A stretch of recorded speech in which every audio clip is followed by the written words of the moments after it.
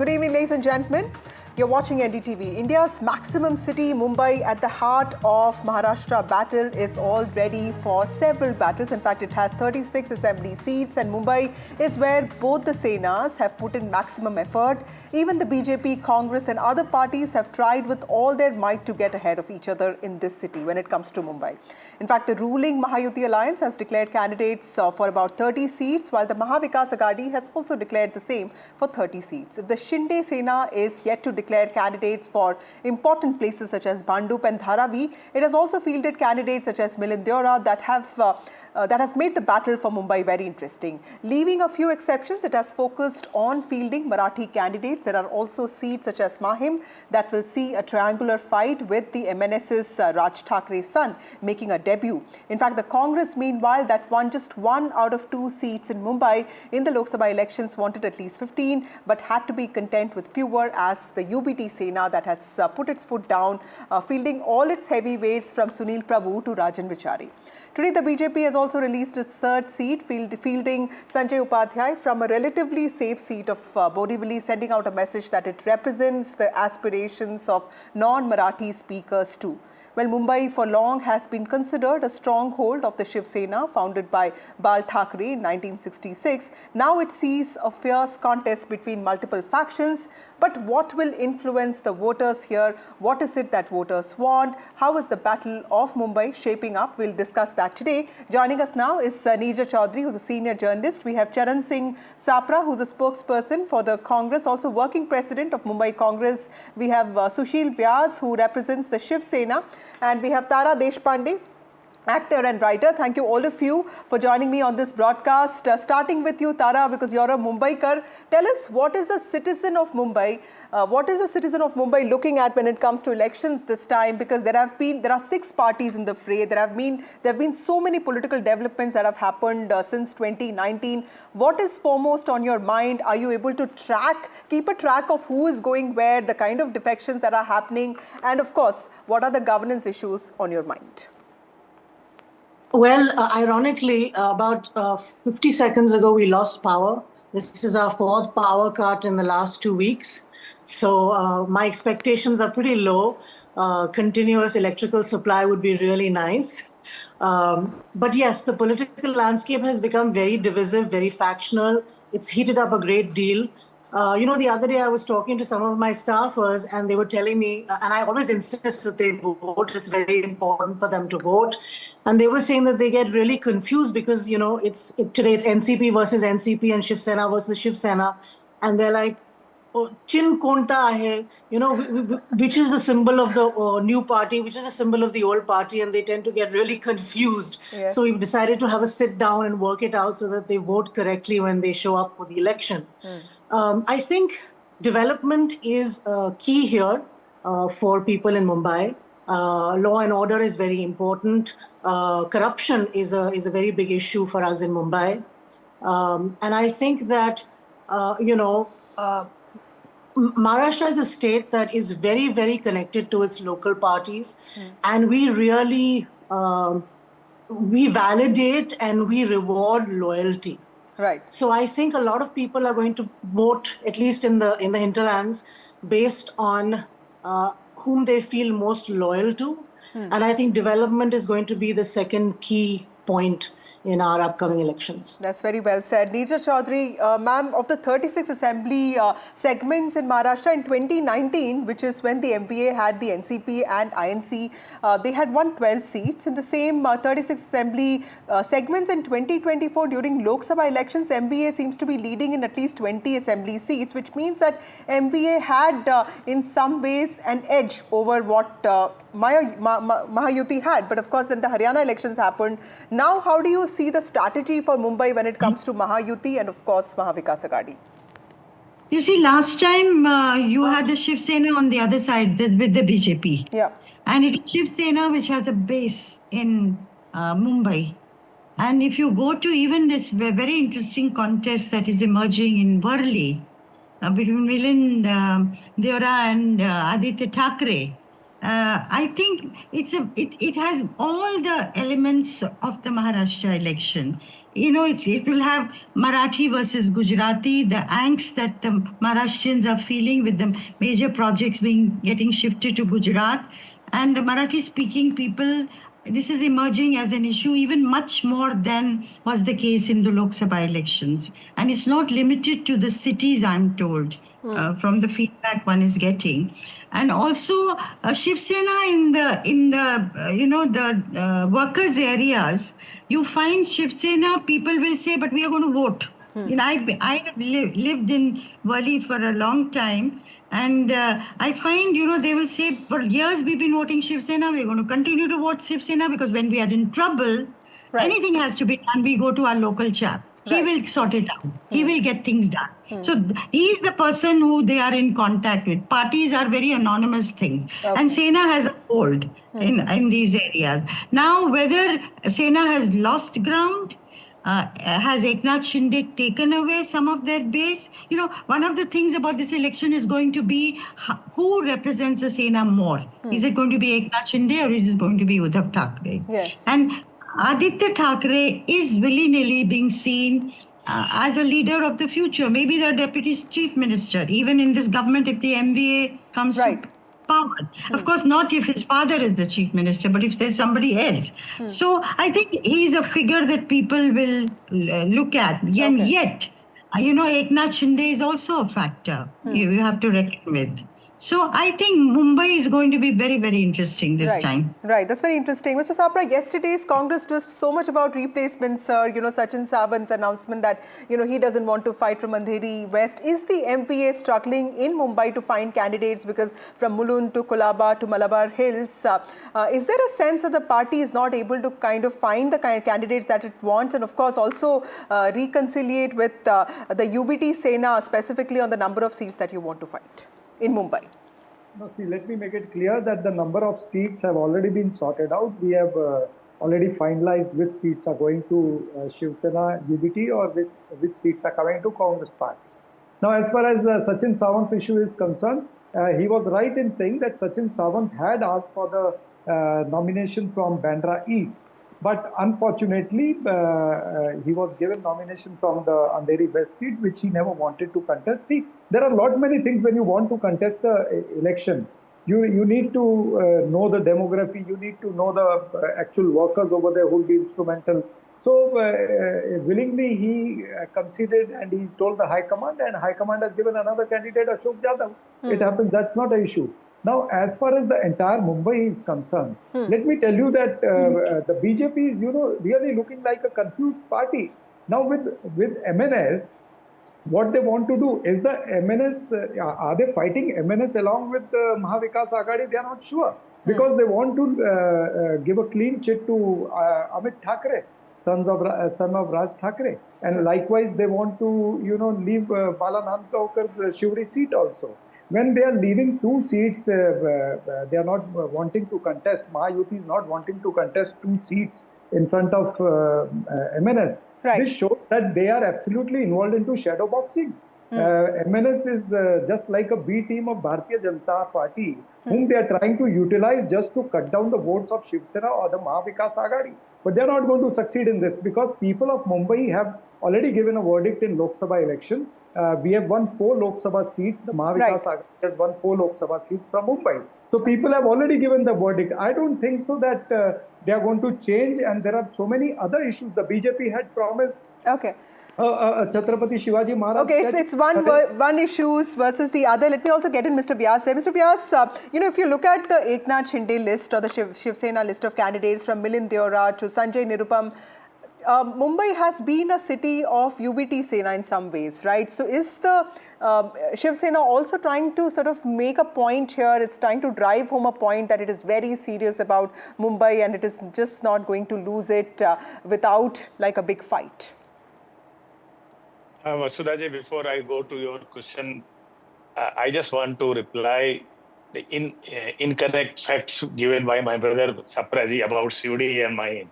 They're not Mahayuti not being contesting and be hand in glove with Manse and all that. See, he must know our sitting candidate, MLA from CUD, Mr. Chaudhary has been given ticket, he is contesting from CUD. Mahim Sada Sarvankar, sitting MLA of Shiv Sena, is contesting. He has already been given A and B form. So it is not correct to say that both the seats we have given up, we are not contesting.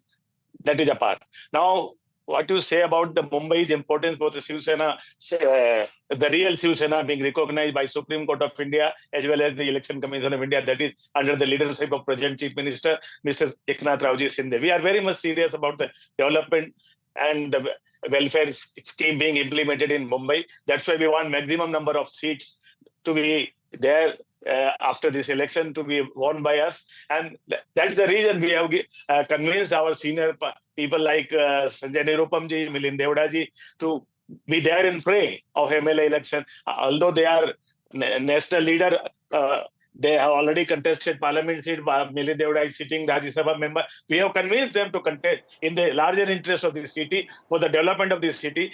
We have done a lot for the last 2.5 years of this regime, like toll exemption, Atal Setu, point taken, sir. Let me ask the Mumbaikar that question. Tara, as a Mumbaikar, as a person who lives in Mumbai, tell us, how do you view this whole debate around identity, reservations, or for that matter, politics versus governance, OBC versus Maratha? The Mumbaikar in general perception is seen as very practical, somewhat apolitical. Has that changed over the last few years? You know, I think we had moved away from the Maharashtra for the Maharashtrians. We had moved away from it prior to 2020.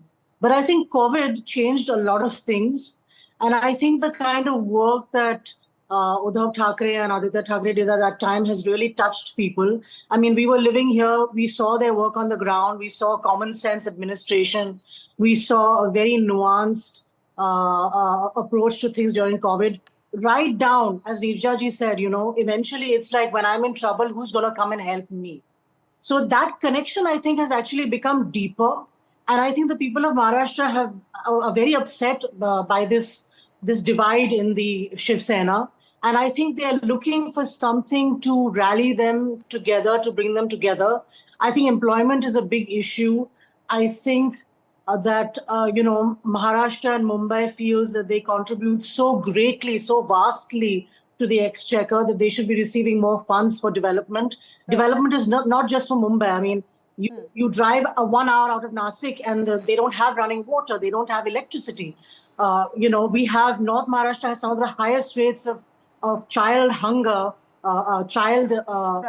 malnutrition and stuntedness in children.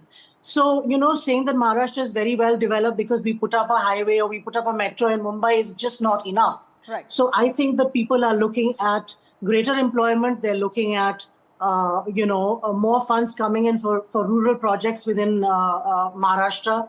And the sense that I'm getting from people is that, politics all over the world right now is more polarized, it's more factional. Europe, which used to be so secular, has moved away. Look at what's happening in the US. Right. I think, unfortunately, that's also happening here. But whether the reasons for that are good or not, that is, up for debate. Okay. Thank you so much, all of you, for joining me on this broadcast. The city of identities, multiple identities, and also multiple breakups. We'll keep tracking all that and more from Mumbai for you. But in our series, Mumbai Dateline, today we bring you a ground report from the heart of Mumbai. Today we shall take you through the politically significant hotbed seat of Dadar, which is the birthplace of the Shiv Sena. Ahead of the polls, there is political buzz in every nook and corner of Mumbai. So do the people of Mumbai. They expect, the people of Dadar are expecting from their leaders many things. What are their issues? Take a look at this ground report by my colleague Anuj.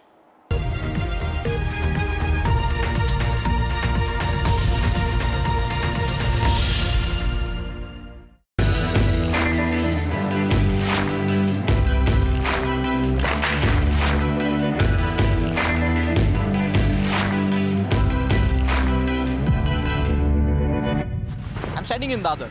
This is considered to be the OG Marathi suburb of Mumbai. It was put together in the late 19th century after the infamous Bombay plague. If you go around the narrow lanes of Dadar region here, you'll find a beautiful mix of Gujarati, Marathi, Parsi, and even North Indian culture when it comes to how people dress, how people talk, and also how people eat their food. You saw Shiv Sena Bhavan on your screen a while back, and that is because this is also the birthplace of Shiv Sena back in the year 1966. Now we'll go around this region trying to talk to people about several things, be it politics, sports, vada pav of course, and try and understand what is it that the other people expect from their representatives before the upcoming elections.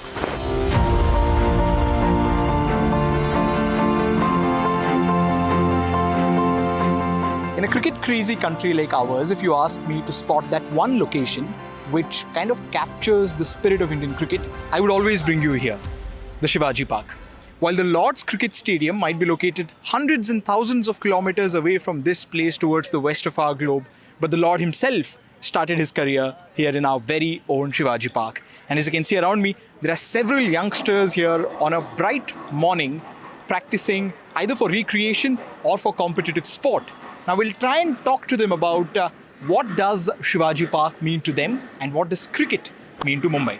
Mumbai का cricket culture है वो पूरे देश से या फिर पूरे दुनिया भर से अलग क्यों माना जाता है और उसमें शिवाजी पार्क का भी एक बहुत बड़ा अहम रोल है। वो उसका एक मेन रीज़न इसलिए है क्योंकि जो एक क्रिकेट का जो एक क्रेज़ है, जो एक क्रिकेट की जो एक बोलते हैं ना क्रेज़ है, वो इंडिया में तो माने थे पर महाराष्ट्र में इसको बहुत अलग लेवल पे लेके गया गया है। अभी जैसे इंडिया में रणजी जो होता है तो उसमें महाराष्ट्र ने काफ़ी बार जीता। क्यों? क्योंकि अपने प्लेयर्स को उस तरीके से फैसिलिटीज़ देना और उनको उस तरीके से खिलाना, इसलिए उनके प्लेयर्स और फिर जो यहाँ का इन्वायरमेंट है महाराष्ट्र का वो एकदम मोटिवेटिंग है। Besides its political and sporting history, this Shivaji Park area is also known as a recreational area. You see people of all ages and of all kinds coming here to just have a good time on the mornings and also in the evenings. I am living in Dadar near about 40 years. And my father and my father also living in Dadar. That means 100 and above year. यहाँ पे जो अभी बिल्डिंगें दिखते हैं वो बिल्डिंगें नहीं थी। यहाँ पे पहले वाड़ी रहती थी और वाड़ी में चाल रहती थी और कौल के घर रहते थे, उसमें नारियल के पेड़, आम के पेड़, अपना कुआं, ये सब सारी चीज़ें आज भी है। लेकिन जो चेंज हुआ है, जैसे सीडीए में मोबाइल से एंड्रॉयड मोबाइल में जैसे चेंज हुआ है वैसे दादर में भी चेंज हुआ है। यहाँ पे अभी सोसाइटी बन गई है और बड़े बड़े टावर बन गए हैं, लग्जरियस टावर बन गए हैं। अभी आपके सामने ये जो छत्रपति शिवाजी राजे मैदान है, ये खुला मैदान था। अभी यहाँ पे बहुत सारे देखो आजू बाजू में है ना, यहाँ पे बहुत सारे है ना बांधकाम हो गए हैं। चौपाटी समुंदर दादर चौपाटी है, वहाँ पे दादर चौपाटी में पहले बहुत बड़ी जो अपन बोलते हैं उसको रेत रहती थी, पीले कलर की रेत रहती थी। माहिम से लेकर वर्ली तक वो रेत रहती थी पीले कलर की। खाली दादर चौपाटी आपको खुली दिखेगी, बाकी सब वहाँ पे सब पैक हुआ है। The first thing that they should put the hook on the roads. Some roads, the VIP roads are okay, but some roads, many roads are there which are going internally. They are very in bad condition. The second thing, the cleanliness is quite satisfied, but they should improve more. They can do more on that.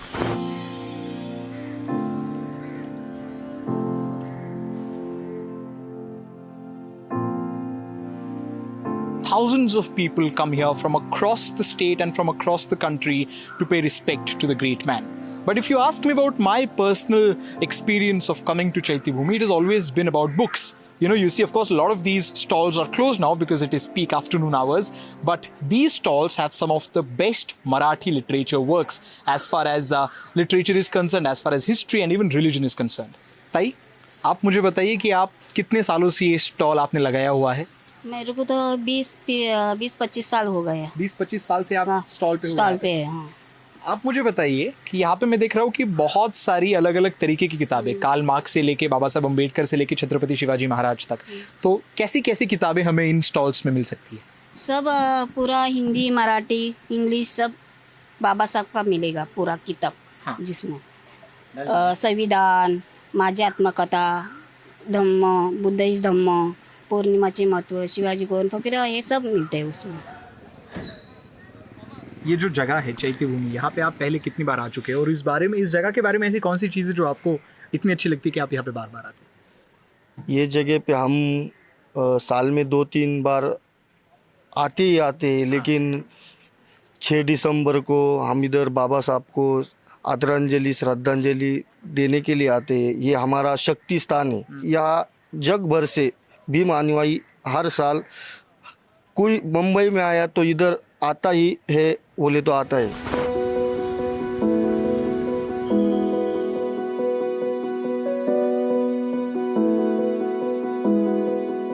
You know, there is a famous saying here in Dadar, डर के आगे जीत है और दादर के आगे seat है. And the reason why this saying has become, or this meme has become so popular, is because of this railway station.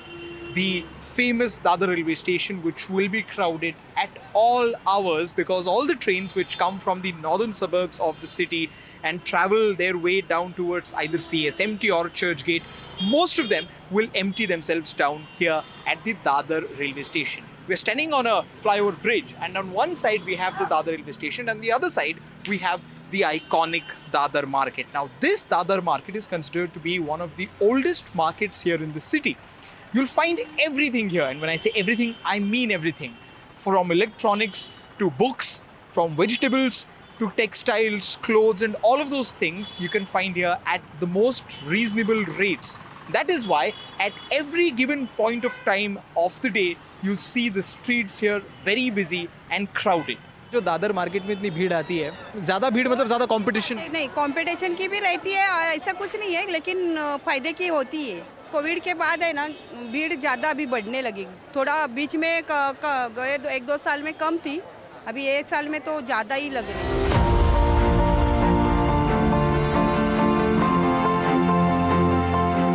When we talk about Dadar, we have to talk about Vada Pav. We were at Shiv Sena Bhavan a while back, and the journey of Shiv Sena as a party and Vada Pav in Mumbai has to go parallel to one another. In the decade of 60s or 70s, when the Marathi youth of the state did not have a lot of employment opportunities, a lot of people took up to selling Vada Pavs on the streets. Of course, things have changed now, fortunately, and the youth has become slightly more prosperous and the employment opportunities have grown by a bit. But the popularity of Vada Pav has still not died in Dadar. Rather, it has spread itself across not just the state or the country, but pretty much across the world. We are standing outside Ashok Vada Pav. This is considered to be one of the most iconic Vada Pav centers here in Mumbai. You know, on several occasions, you'll see several celebrities, sports personalities and film actors and actresses standing in long queues outside Ashok Vada Pav stall here just to get a bite of what is considered to be one of the most iconic Vada Pavs here in Mumbai. जो मुंबई के बाहर लोग रहते हैं, उनके लिए आप बताइए कि वड़ा पाव का क्या महत्व या क्या इंपॉर्टेंस है एक मुंबई करके लाइफ में? इम्पॉर्टेंट की बात नहीं है, टेस्ट ही एक अलग है। अशोक वड़ा पाव का टेस्ट जो है ना, एकदम डिफरेंट है। और मैं पिछले मेरे ख्याल से 15 साल से आ रहा हूँ यहाँ पे, और मैं रहता हूँ बैंड्रा में, पर इधर आता हूँ तो वड़ा पाव खा के ही जाता हूँ। बहुत बढ़िया है। Livability is a major concern in cities like Mumbai, and Dadar is no different. It has got all the pollution, so much of congestion, but people still get attracted to a place like this because it seems to have an inherent calm. And that is what the residents of Dadar want to be kept intact. They want their beaches to be clean, they want the pollution and construction to be controlled. Well, it is on the legislators to do it now, but this is what people living in Dadar have to say 1 month before they go to elect their new MLA. With camera person Praveen G. Rohit, this is Anuj Raith reporting from Dadar, Mumbai for NDTV. Mumbai there, all set for a high-pitched battle. Time for a short break. More news and updates on the other side.